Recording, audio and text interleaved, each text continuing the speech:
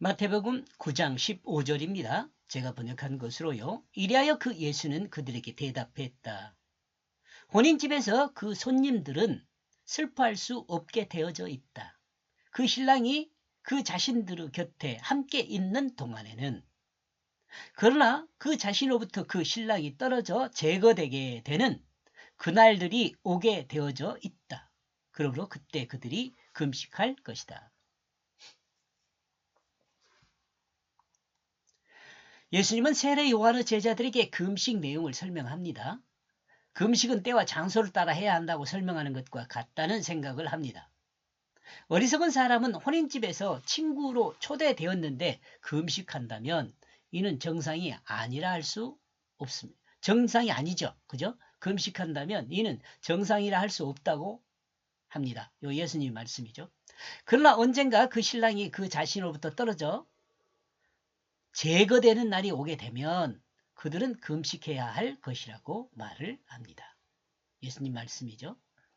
혼인집에서 금식하는 것, 이는 기쁜 일이 있을 때 금식하는 것으로 생각해 볼 수 있습니다.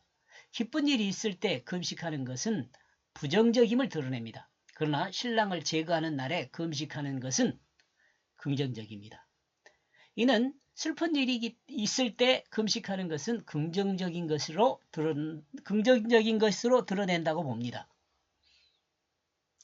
이는 사람 생활의 한 부분으로 이해할 때 이는 인간관계 이야기입니다.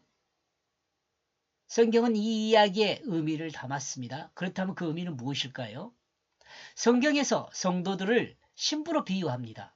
그리고 예수 그리스도를 신랑으로 비유를 합니다. 이렇게 볼 때 주님이 그 땅에 오신 것과 사람이 주님을 영접하는 것에 대한 부분은 기쁜 일로 설명하므로 이 땅에 오신 예수 그리스도를 마음에 영접할 때는 금식할 필요가 없다는 것을 드러낸다고 봅니다. 여러분 생각은 어때요? 그러나 만약 그리스도인이 그 마음에서 하나님 말씀 뜻보다 자기 중심이 드러나 자기 마음에 옳은 대로 행하려 한다면 그때는 어때요? 금식해야 한다고 말하고 있다고 볼 수 있어요.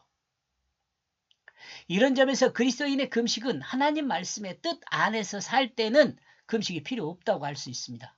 그러나 하나님 말씀에서 벗어나 자기 마음에 옳은 대로 행하는 자신을 느끼거나 발견할 그때는 금식해야 한다는 것을 생각해 볼 수 있습니다.